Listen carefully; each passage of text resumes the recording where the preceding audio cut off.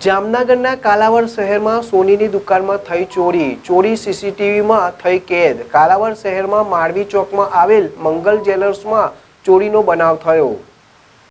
જામનગર જિલ્લાના કાલાવડમાં સોનાની દુકાને ગ્રાહકના સ્વાંગમાં આવેલા રાજકોટની મહિલા સોની વેપારીની નજર ચૂકવીને ₹5.93 લાખ ઉપરાંતના સોનાના દાગીનાની ચોરી કરી ગયાનું સીસીટીવી ફૂટેજમાં કેદ થતાં પોલીસે ગણતરીના કલાકોમાં મહિલાને ઝડપી લઈને સોનાના દાગીના કબજે કર્યા છે। કાલાવડના સ્વામિનારાયણ શેરી મેઇન બજારમાં રહેતા જયેશકુમાર નવીનચંદ્ર ઝીંઝુવાડિયા ઉંમર વર્ષ 55 નામના સોની વાણિયા વેપારીની કાલાવડ મેઇન બજારમાં મંગલમ જ્વેલર્સ નામની દુકાન આવેલી છે। બપોરના સમયે એક મહિલા સોનાની બુટ્ટી ખરીદી કરવા આવી હતી અને વેપારીએ પૂછતા તેની રાજકોટથી આવી હોવાનું અને તેને પોતાનું નામ કિરણબેન ભૂપતભાઈ સોલંકી જણાવ્યું હતું।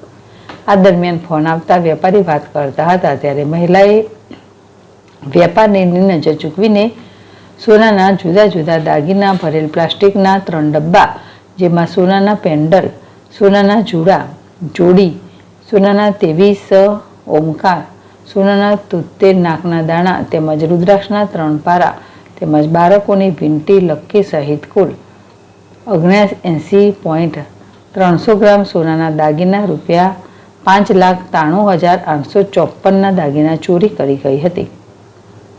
હર્ષલ ખંડેરિયા, ZSTV, જામનગર।